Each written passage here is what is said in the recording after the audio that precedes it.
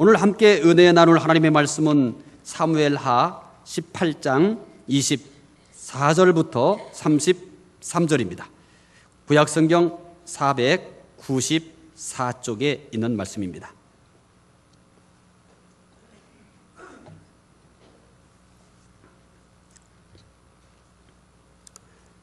사무엘하 18장 24절부터 33절까지 말씀입니다. 구약성경 494쪽에 있는 말씀입니다. 말씀 함께 읽겠습니다. 때에 다윗이 두 문 사이에 앉아 있더라. 파수꾼이 성문 위층에 올라가서 눈을 들어보니 어떤 사람이 홀로 달려오는지라. 파수꾼이 외쳐 왕께 아뢰매 왕이 이르되 그가 만일 혼자면 그의 입에 소식이 있으리라 할 때에 그가 점점 가까이 오니라. 파수꾼이 본즉 한 사람이 또 달려오는지라. 파수꾼이 문지기에게 외쳐 이르되 보라, 한 사람이 또 혼자 달려온다 하니 왕이 이르되 그도 소식을 가져오느니라. 파수꾼이 이르되 내가 보기에는 앞선 사람의 다름질이 사독의 아들 아히마아스의 다름질과 같으니이다 하니 왕이 이르되 그는 좋은 사람이니 좋은 소식을 가져오느니라 하니라. 아히마아스가 외쳐 왕께 아뢰되 평강하옵소서 하고 왕 앞에서 얼굴을 땅에 대고 절하며 이르되 왕의 하나님 여호와를 찬양하리소이다. 그의 손을 들어 내 주 왕을 대적하는 자들을 넘겨주셨나이다 하니 왕이 이르되 젊은 압살롬은 잘 있느냐 하니라. 아히마아스가 대답하되 요압이 왕의 종 나를 보낼 때에 크게 소동하는 것을 보았사오니 무슨 일인지 알지 못하였나이다 하니 왕이 이르되 물러가 거기 서 있으라 하매 물러나서 서 있더라. 구수 사람이 이르되 말하되 내 주 왕께 아랠 소식이 있나이다. 여호와께서 오늘 왕을 대적하던 모든 원수를 갚으셨나이다 하니 왕이 구수 사람에게 묻되 젊은 압살롬은 잘 있느냐? 구수 사람이 대답하되 내 주 왕의 원수와 일어나서 왕을 대적하는 자들은 다 그 청년과 같이 되기를 원하나이다 하니 왕의 마음이 심히 아파 문 위층으로 올라가서 우니라. 그가 올라갈 때에 말하기를 내 아들 압살롬아, 내 아들 압살롬아, 차라리 내가 너를 대신하여 죽었다면 압살롬 내 아들아 하였더라. 아멘. 먼저 영상을 보도록 하겠습니다.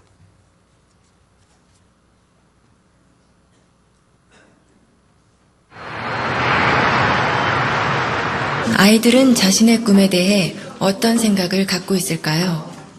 한 고등학교를 찾아가 청소년의 꿈을 스케치하다라는 주제로 의식조사 프로그램을 촬영하기로 했습니다. 안녕하세요. 수능 잘 봤어요? 다들 시선을 피하는데 오늘 얘기할 거에 대해서 조금 학생들이 생각하는 꿈은 과연 무엇일까요? 질문지를 갖고 왔어요. 죽기 전에 꼭 해보고 싶은 당신의 꿈은 무엇인가요? 이게 버킷리스트라고 하죠, 요즘에.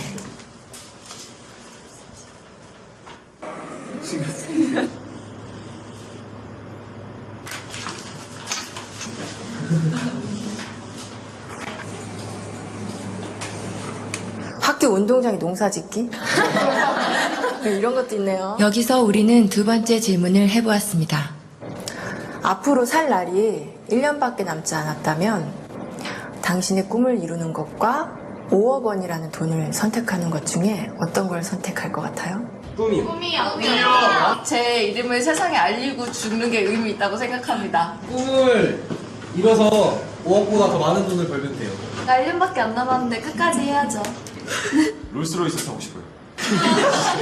제가 먹고 싶은 치킨 먹고 튀기면서 살 거예요. 꿈은 솔직히 5억보다 더 큰 가치가 있다고 생각해요. 잠시만요.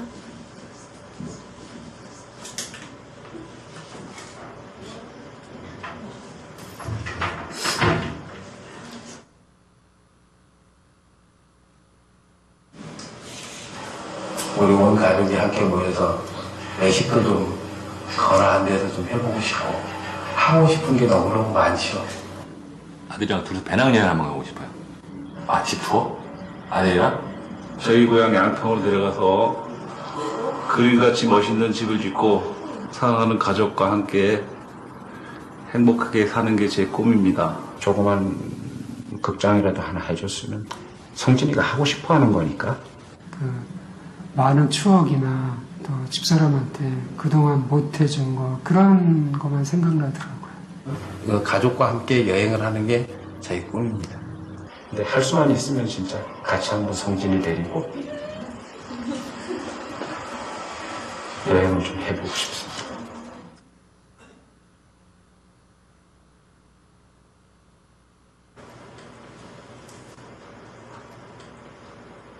그러니까 제가 하고 싶은 걸 포기하고 5억을 선택하느냐? 지금 같으면 5억을 선택하겠습니다. 결론적으로 돈을 선택해서 주는 게 좋겠죠, 워낙. 그건 당연히 5억은 가족을 위해서 선택하겠죠. 그 아버님이 좀 장병에 돌아가셨거든요. 고통을 좀 많이 금전적인 고통을 많이 받았어요, 식구들이. 제가 한번 아파 보니까 주변은 다 피해먹고 가족이 제일 중요하더라고요. 제가 앞으로 한번 일을 더 한다고 해서 현실적으로 5억을 벌어놓고 성빈이한테 기여를 하고 간다는 보장이 있겠습니까? 5억을 선택하면 남겨진 가족들한테는 도움이 될 수 있으니까 저가 하고 싶은 일을 포기할 수 있죠. 그거를 대가로 한다면. 구체적인 얘기를 한다면 아들이 이제 뭐 자기가 생활하는데 뭐 사회생활하는데 기초자금이라도 뭐 될 수 있었으면 좋겠고. 뿐만 아니라 모든 부모들이 똑같은 생각을 갖고 있을 것 같은데요. 그렇죠. 저는 아빠고 가장이니까. 아버지들의 꿈은 아이들의 꿈과는 조금 달랐습니다. 자신의 꿈보다 가족을 가장 먼저, 가장 많이 생각하는 가장이라는 이름의 아버지.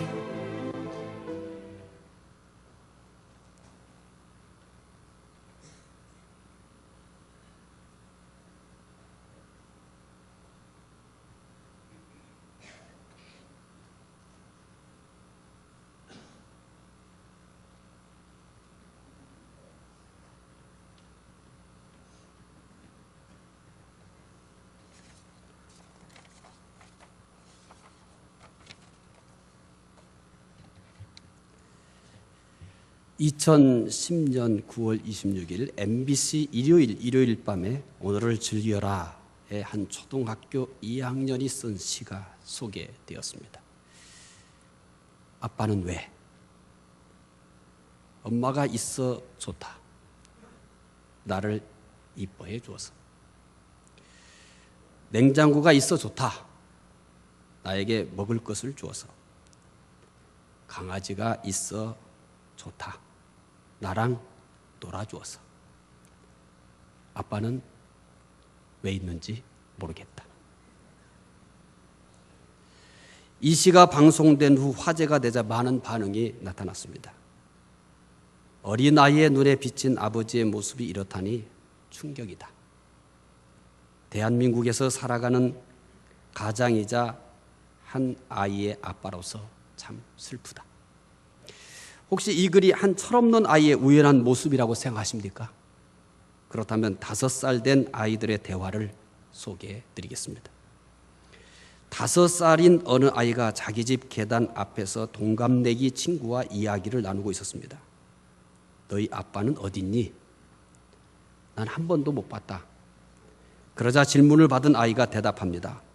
우리 아빠는 여기 안 살아. 여기서는 그냥 잠만 자는데 뭘. 오늘 이 시대의 아버지의 실상은 조금이나마 이해할 수 있는 것입니다. 한 백과사전에 보니 아버지에 대해서 다음과 같이 설명합니다. 부친이라고도 한다. 우리나라의 전통적인 가족 제도에서 한 가족의 가장이며 중심이 되는 인물이 아버지이다. 백과사전에서 아버지를 가족에서 가장이며 중심이 되는 인물이라고 합니다. 그러나 현실은 가족의 중심이 아닙니다. 아이들은 아버지가 왜 있는지 모를 정도가 되어버렸습니다. 그래서 현대를 아버지 부재의 시대라고 합니다. 가장은 있으나 아버지의 기능이 마비되어 아버지가 없는 가정으로 탈바꿈해 버렸다고 합니다. 아버지의 존재감이 점점 사라지고 있습니다. 대부분 항상 어깨가 축 처져 있습니다. 가정에서 사소한 것도 마음대로 할 수 없습니다. 아이들은 때를 쓰면은 자기 하고 싶은 것을 할 수 있는데 아버지는 아주 사소한 것도 허락받기가 어렵습니다. 여가 시간도 마음대로 가질 수 없습니다. 지금의 아버지는 조약돌 같은 존재가 되어버렸습니다. 얼마 전까지만 해도 아버지는 감히 넘볼 수 없는 큰 바위 같은 존재였습니다. 아버지가 있는 것만으로도 큰 힘이 되었습니다.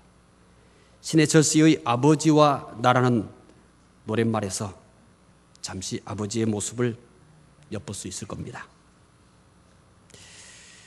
신해철 씨의 아버지와 납니다. 아주 오래전 내가 올려다본 그의 어깨는 까마득한 산처럼 높았다. 그는 젊고 정열이 있었고 야심에 불타고 있었다. 나에게 그는 세상에서 가장 강한 사람이었다. 내 키가 그보다 커진 것을 발견한 어느 날 나는 나 자신에 대해 생각하기 시작했다. 그리고 서서히 그가 나처럼 생각하지 않는다는 걸 알았다. 이 험한 세상에서 내가 살아갈 길은 강자가 되는 것뿐이라고 그는 얘기했다. 난 창공을 나는 새처럼 살 거라고 생각했다. 내 두 발로 대지를 박차고 날아올라 내 날개 밑으로 스치는 바람 사이로 세상을 보리라 맹세했다. 내 남자로서의 생의 시작은 내 턱 밑에 수염이 나면서가 아니라 내 야망이, 내 자유가 꿈틀거림을 느끼면서 이미 시작되었다고 믿기 때문이다. 그러나 그는 대답하지 않았다. 저기 걸어가는 사람을 보라. 나의 아버지 혹은 당신의 아버지인가? 가족에게 소외받고 돈 모르는 자의 비애와 거대한 짐승의 시체처럼 껍질만 남은 권위의 이름을 짊어지고 비틀거린다. 집안 어느 곳에서도 지금 그가 앉아 쉴 자리는 없다. 이제 더 이상 그를 두려워하지 않는 아내와 다 커버린 자식들 앞에서 무너져가는 모습을 보이지 않기 위한 남은 방법이란 침묵뿐이다. 우리 아버지들은 아직 수줍다. 그들은 다정하게 뺨을 부비며 말하는 법을 배운 적이 없었다. 그를 흉보던 그 모든 일들을 이제 내가 하고 있다. 스펀지에 잉크가 스며질 듯 그의 모습을 닮아가는 나를 보며 이미 내가 어른들의 나이가 되었음을 느낀다. 그러나 처음 둥지를 떠나는 어린 새처럼 나는 아직도 모든 것이 두렵다. 언젠가 내가 가장이 된다는 것, 내 아이들의 아버지가 된다는 것이 무섭다. 이제야 그 의미를 알기 시작했기 때문이다. 그리고 그 누구에게도 그 두려움을 말해서는 안 된다는 것이 가장 무섭다. 이제 당신이 자유롭지 못했던 이유가 바로 나였음을 알 것 같다. 이제 나는 당신을 이해할 수 있다고 더 이상 생각하지 않는다. 그것은 오랜 후에 당신이 간 뒤에 내 아들을 바라보게 될 때쯤에야 이루어질까? 오늘 밤 나는 몇 년 만에 골목길을 따라 당신을 마중 나갈 것이다. 할 말은 길어진 그림자 뒤로 묻어둔 채 우리 두 사람은 세월 속으로 같이 걸어갈 것이다. 신해철 씨의 아버지와 나라는 노랫말은 오늘의 아버지를 대변해 주는 듯 합니다. 아버지, 그들은 세월이 갈수록 자리를 잃어가고 있습니다. 세월이 갈수록 작아집니다. 더 많은 세월이 흐른 뒤에는 아버지는 보이지 않을지도 모릅니다. 가장이 아니라 그냥 가족 구성원 중 한 사람이 될 것입니다. 어쩌면 어느 때부터는 집에 들어오는 것도 그리고 나가는 것도 봐주는 사람이 없을지도 모릅니다. 이런 현상을 당연하다고 해야 할까요? 뭔가 잘못되었다고 해야 할까요?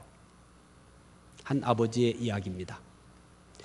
한 아버지가 매우 흥분하여 아들에게 물었습니다. 어디서 난 옷이냐? 어서 사실대로 말해봐라. 아들이 살 수 없는 고급 브랜드의 청바지를 본 순간 아버지는 이상한 생각이 들어 아들을 다그쳤습니다. 자신은 황공미화원이고 아내는 작은 고물상을 운영하고 있기에 아들이 그런 큰 돈을 쓸 수 없었던 것입니다. 결국 아들은 사실을 털어놨습니다. 죄송해요. 버스 정류장에서 지갑을 가져왔어요. 아버지는 그만 자리에 털썩 주저앉고 말았습니다. 내 아들이 남의 돈을 훔치다니. 잠시 뒤 아버지가 정신을 가다듬고 말합니다. 환경이 어렵다고 잘못된 길로 빠져서는 안 된다. 아버지는 눈물을 흘리며 아들의 손을 꼭 잡고 경찰서로 데려가 자수를 하게 했습니다. 자식의 잘못을 감싸기에만 바쁜 세상에서 뜻밖의 상황을 대면한 경찰은 의아해하면서 조사를 시작했습니다. 경찰 조사 과정에서 아들의 범죄 사실이 하나 더 밝혀졌고 결국 아들은 법정까지 서게 되었습니다. 그 사이 아버지는 아들이 남의 돈을 훔친 것에 가슴 아파하다가 그만 심장마비로 세상을 떠나고 말았습니다. 재판이 열린 날 어머니는 법정에서 울먹이면서 말합니다. 아들이 올바른 사람 되기를 바라던 남편의 뜻대로 안타깝지만 아들에게 엄한 벌을 내려주십시오. 아들도 눈물을 흘렸습니다. 제가 한 행동 때문에 아버지가 돌아가셨어요. 이를 지켜보던 주위 사람들은 모두 숙연해졌습니다. 드디어 판결 시간, 판사가 입을 열었습니다. 불기소 처분하겠습니다. 뜻밖의 판결에 어리둥절하는 사람들에게 판사가 그 이유를 밝혔습니다. 훌륭한 아버지의 뜻을 따를 것이라 믿기 때문입니다. 아버지의 눈물은 죄를 지은 아들을 감동시켰습니다. 아버지의 눈물은 엄하기만 한 판사를 감동시켰습니다. 아버지의 눈물은 주변 모든 사람들을 감동시켰습니다. 아버지의 눈물은 자녀들이 세상을 살아가는데 가장 큰 영향력입니다. 오늘 본문은 인류 역사에서 가장 감동적인 아버지의 눈물을 소개하고 있습니다. 이 아버지는 다윗입니다. 다윗의 아들 압살롬이 왕이 되기에 반란을 일으켰습니다. 아들 압살롬의 반란으로 다윗은 왕궁을 버리고 피난을 갔습니다. 이때 다윗은 머리를 가리고 맨발로 울면서 피난을 갔습니다. 사울의 집안 속한 사람이 돌을 던지면서 저주를 하고 비웃기도 합니다. 그러나 아무 반응을 보이지 않고 울면서 아버지 다윗은 피난길을 갑니다. 반란을 일으킨 압살롬은 아버지를 매우 적극적으로 죽이려고 합니다. 그러나 다윗은 반란을 진압하려는 병사들에게 아들 압살롬을 너그럽게 대하라고 간곡히 부탁하며 명령합니다. 다윗의 병사들이 반란군을 진압하였습니다. 압살롬은 도망가다가 머리가 상수리 나무에 걸려 나무에 매달리고 말았습니다. 진압군의 지휘관인 요압이 다윗의 말을 무시하고 압살롬을 그 자리에서 죽이고 맙니다. 오늘 본문은 압살롬의 사망 소식을 들은 다윗의 모습을 기록하고 있습니다. 사무엘하 18장 33절입니다. 함께 읽겠습니다. 왕의 마음이 심히 아파 문 위층으로 올라가서 우니라. 그가 올라갈 때에 말하기를 내 아들 압살롬아, 내 아들 압살롬아, 차라리 내가 너를 대신하여 죽었다면 압살롬 내 아들아 하였더라. 다윗은 압살롬을 위해 울었습니다. 다윗은 압살롬아, 내 아들 압살롬아를 부르며 통곡하였습니다. 특히 충격적인 것은 차라리 내가 너를 대신하여 죽었다면이라고 울부짖는 것이었습니다.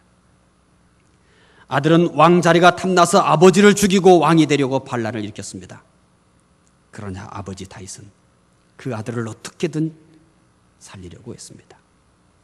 아들이 죽자 차라리 내가 너를 대신하여 죽었다면 이라고 울부짖었습니다.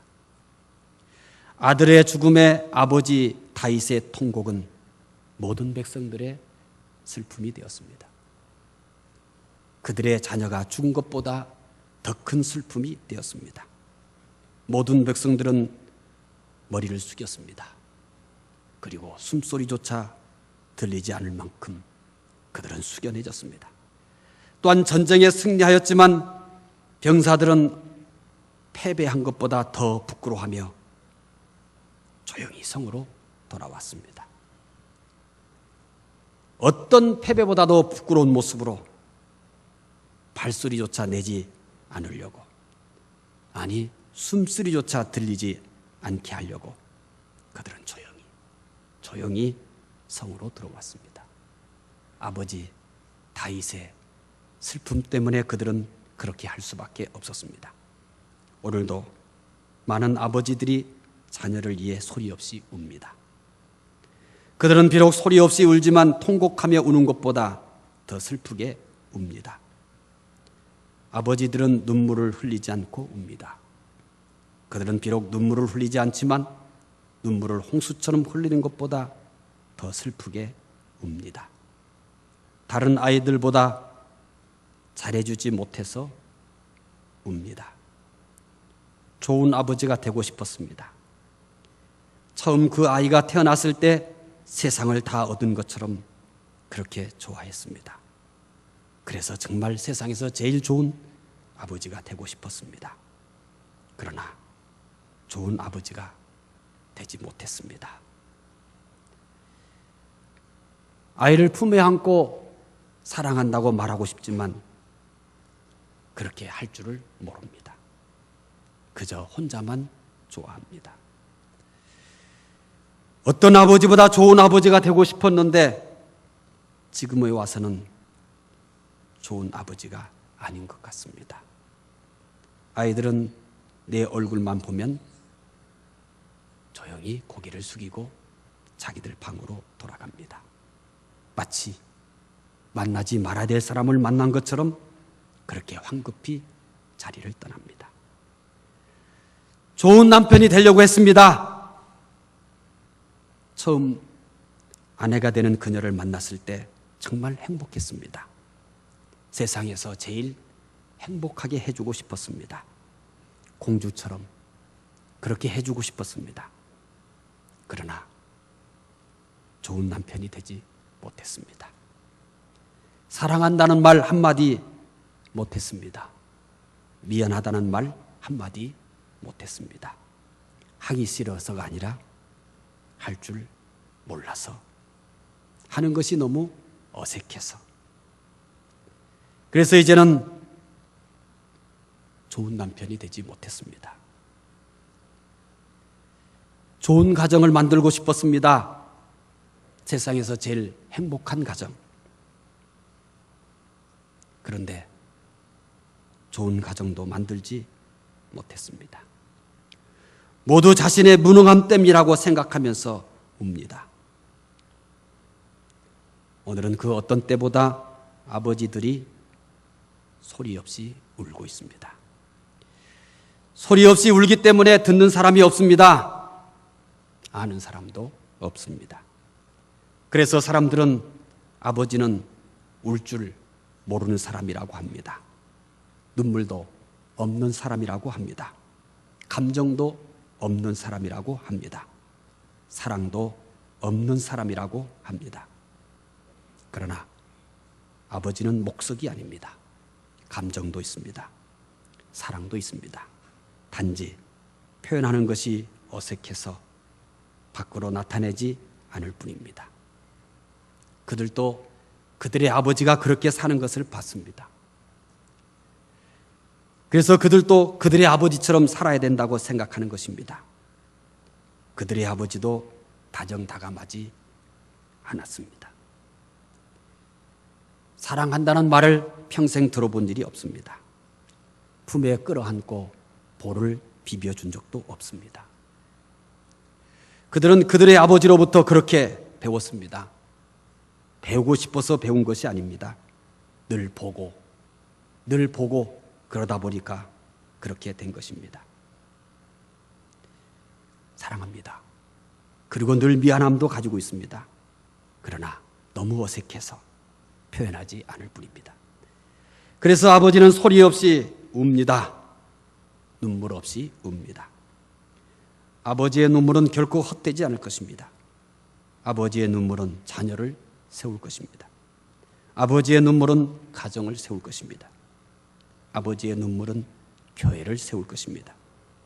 아버지의 눈물은 나라를 세울 것입니다. 사람들은 아버지의 눈물을 보지 못합니다. 사람들은 아버지의 눈물을 알지 못합니다. 그러나 하나님은 아버지의 눈물을 보고 계십니다. 눈에 눈물이 보이지 않지만 하나님은 그 눈물을 보십니다. 그리고 알고 계십니다. 하나님은 그들의 눈물이 헛되지 않도록 반드시 도우실 것입니다. 이 시대의 아버지를 기억하십시오. 하나님께서 계획하신 대로 아버지들에게 본래의 자리를 주십시오. 아버지들이 큰 바위가 될 수 있도록 존중하십시오. 아버지의 눈물을 닦아주십시오. 아버지가 진짜 아버지가 될 수 있도록 하십시오. 하나님께서 계획하신 대로 아버지가 제대로 설 때 가정이 잘 되고 교회가 잘 되고 가정이 잘 됩니다. 아버지 부재 시대. 아버지는 어디에 있나요? 저는 젊은 어머니들에게 부탁을 합니다. 쉽게 말하지 말고 함부로도 말하지 말고 특히 아이들 앞에서 무시하는 듯 비웃는 듯 함부로 말하지 마십시오. 그는 가장입니다. 하나님이 세우신 가장입니다. 틀린 게 아니고요. 다른 겁니다. 여성들은 남편을 끊임없이 헐뜯기도 하고 비웃기도 합니다. 그러나 남편들 아버지는 어디서도 자기 아내를 헐뜯거나 비웃지 않습니다. 그들도 생각이 있습니다. 자존심도 상합니다. 무시당하고 있다는 것도 압니다. 이 집에 내가 있을 곳이 없다는 것도 압니다. 사소한 것도 마음대로 할 수 없다는 것도 압니다. 왜 이렇게 되었을까요? 그래서 이 시대를 아버지 부재 시대라고 합니다. 아버지가 존중받고 하나님께서 계획하신 대로 아버지가 소중하게 되어질 때 가정은 흔들리지 않습니다. 하나님은 그를 통해서 역사할 겁니다. 아버지가 아버지 되게 하는 그날이 속히 왔으면 합니다. 하나님이 계획하신 대로 아버지가 아버지 될 때 가정도 잘 되고 교회도 잘 되고 사회가 잘 될 것입니다. 기도하겠습니다. 하나님 감사합니다. 하나님, 오늘 이 시대는 가장 부재 시대, 아버지 부재 시대라고 합니다. 사소한 것도 맘대로 할 수 없는 아버지들, 자기의 여가 시간도 낼 수 없는 아버지들, 아버지가 없는 시대가 도래하고 있습니다. 하지만 하나님은 아버지를 한 가정의 대리자로 세웠습니다. 하나님이 계획하신 아버지의 모습은 오늘 이 시대의 모습이 아닙니다. 믿는 사람들의 가정에도 하나님께서 계획하신 아버지가 없습니다. 시대의 흐름을 따라갑니다. 이 시대가 다 그렇다고 합니다. 이 시대가 어떤 시대냐고 반론을 피웁니다. 하나님 말씀에 머리를 숙일 수 있게 하시고 하나님 말씀대로 모든 가정의 아버지가 아버지 되게 할 수 있도록 하나님 말씀에 귀를 기울이게 하옵소서. 세상의 습관, 세상의 문화, 세상의 유행을 따르지 않고 말씀을 따르는 가정들이 되게 해주시기 원합니다. 감사하며 예수 그리스도 이름으로 기도드리옵나이다. 아멘.